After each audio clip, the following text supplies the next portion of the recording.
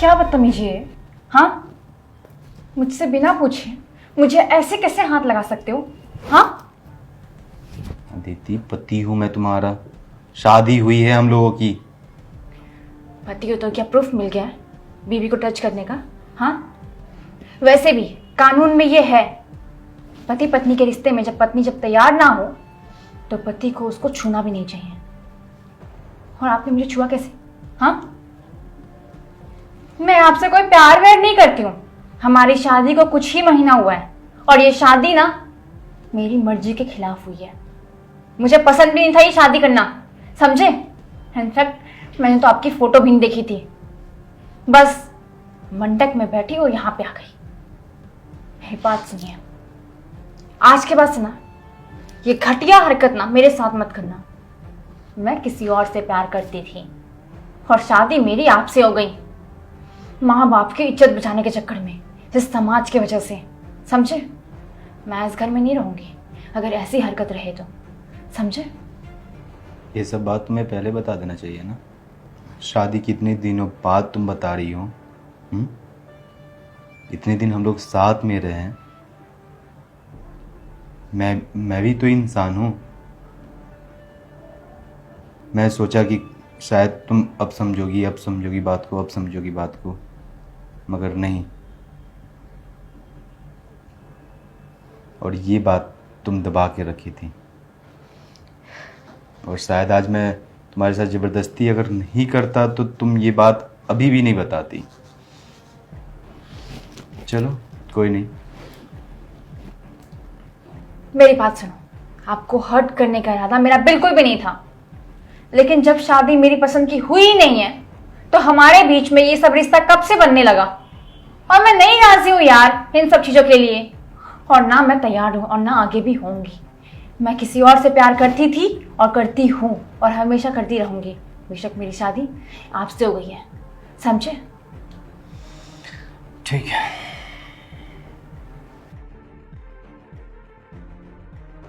आप कहाँ जा रहे हो? ये सूटकेस लेके कहाँ जा रहे हो? मैं नहीं, तुम जा रही हो। मैं? पर कहाँ? और ये समाज क्या बोलेगा, घर वाले क्या बोलेंगे? हाँ, देखो, घर वाले से कैसे बात करना है तुम्हें तुम समझ लो, बाकी मैं अपने घर वालों से मैनेज कर लूँगा।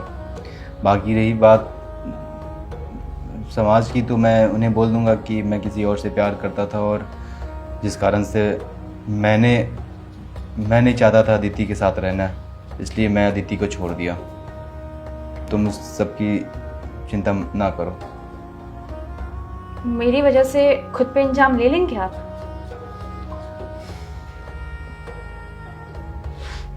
ठीक है,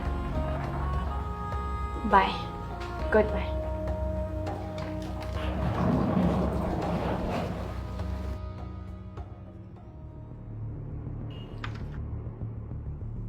अरे अदिति, तुम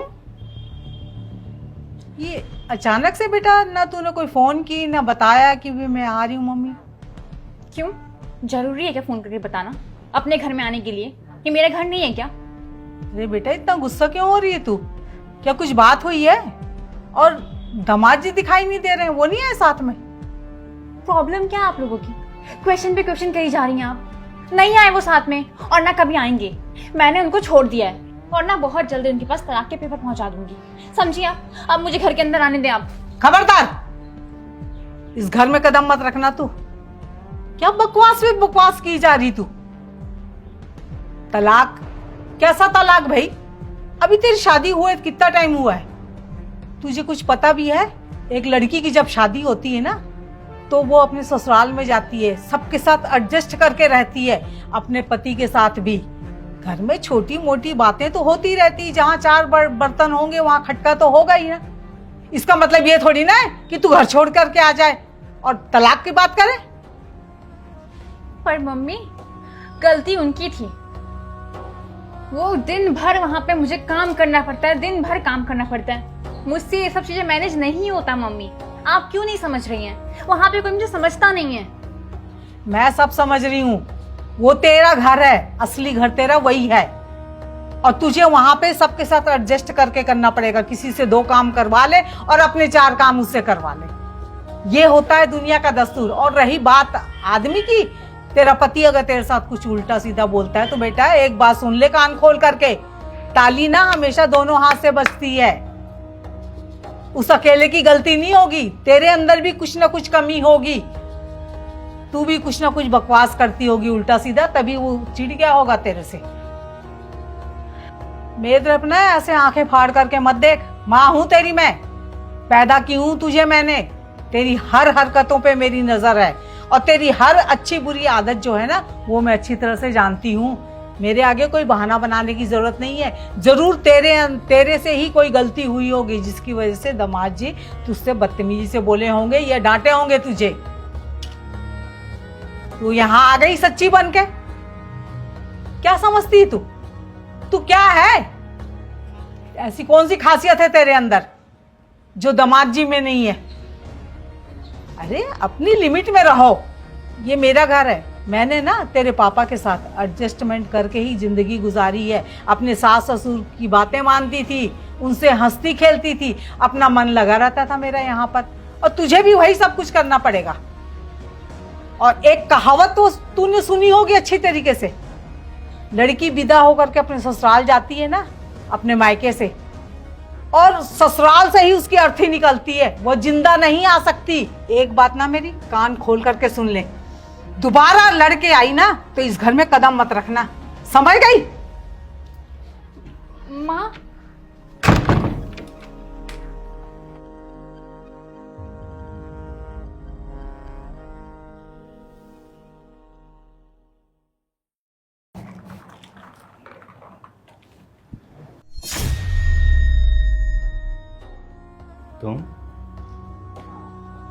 तुम तो चली गई थी ना अपने मायके हमेशा हमेशा के लिए।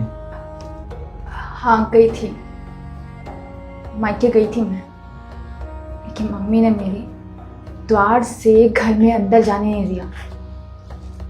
मुंह पे ही गेट बंद कर दिया, ये बोल करके कि तेरी शादी हो गई है। मायके से अगर डोली उठती है तो ससुराल से अर्थी उठती है। आना है तो इस घर में दामाद जी के साथ आना। उसके बाद मैं सोची कि मैं फोन कर लूं जिससे मैं प्यार करती थी। उसको मैंने फोन किया, मैंने कहा सब कुछ छोड़ के मैं आ रही हूं तुम्हारे पास। उसने इतनी घटिया घटिया बातें बोली, मेरे कैरेक्टर पे उंगली उठाई। उसने कहा कि तुम्हारी शादी हो गई है, तुम्हें अब कोई और छूता होगा, पता नहीं क्या क्या कैरेक्टर लेस बोल रहा था कि तुम्हारा यही काम है। उसके बाद उसने मुझे ब्लॉक कर दिया, फोन काट के। मुझे समझ में नहीं आया कि मैं कहाँ जाऊं, किधर जाऊं, इसलिए मैं यहाँ पे आ गई। और इस घर के अलावा अब मेरा कोई घर नहीं है। मुझे प्लीज माफ कर दीजिए, मैं आपको इतना भला बुरा बोल रही थी, इतना कुछ आपकी गलती ना होते हुए मैंने आपको इतना कुछ सुनाया, उसके लिए आप मुझे माफ कर दीजिए। आप कितने अच्छे हैं, सब कुछ जानने के बावजूद ना मेरे कैरेक्टर पे उंगली उठाया आपने, ना मेरे माँ बाप को आपने कुछ कहा, उल्टा इंजाम अपने ऊपर ले लिया। आपने ना परिवार की फिक्र की ना समाज की। मेरी खुशी के लिए मुझे कह दिया जाओ तुम्हें जहां खुशी मिलती है। आप जैसे इंसान को मैं खो रही थी, आप जैसे इंसान को मैं छोड़ के किसी और के पास जा रही थी। कहते हैं ना ऊपर वाले जो भी करते हैं सही करते हैं और सोच समझ के करते हैं।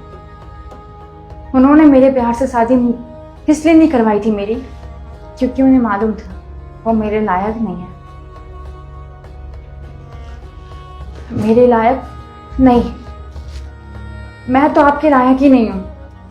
फिर भी पता नहीं क्यों भगवान ने आपकी शादी मुझसे करवा दी। आप जैसा भला इंसान, आप जैसे इतने अच्छे इंसान, आपको आपको मैं डिजर्व ही नहीं करती हूँ। आप अच्छा डिजर्व करते हैं, मैं आपके लायक नहीं हूँ। लेकिन प्लीज़ मुझे कुछ दिनों के लिए इस घर में जगह दे दीजिए। उसके बाद आपको मुझे डाइवोर्स देना होगा, जो भी देना होगा मेरी सच्चाई जानने के बाद आप दे दीजिएगा। मैं अपने रहने का इंतजाम कर लूँगी कहीं ना कहीं। कुछ दिनों के लिए मुझे इस घर में रहने दीजिए प्लीज़। देखो अदिति, तुम अब कहीं नहीं जाओगी, हमेशा के लिए यहीं पे रहोगी। एक चीज़ हमेशा ध्यान रखो, माँ बाप ना कभी भी अपने बच्चों का ना बुरा नहीं चाहते हैं। उनका जो भी डिसीजन होता है हमारे लिए अच्छा होता है।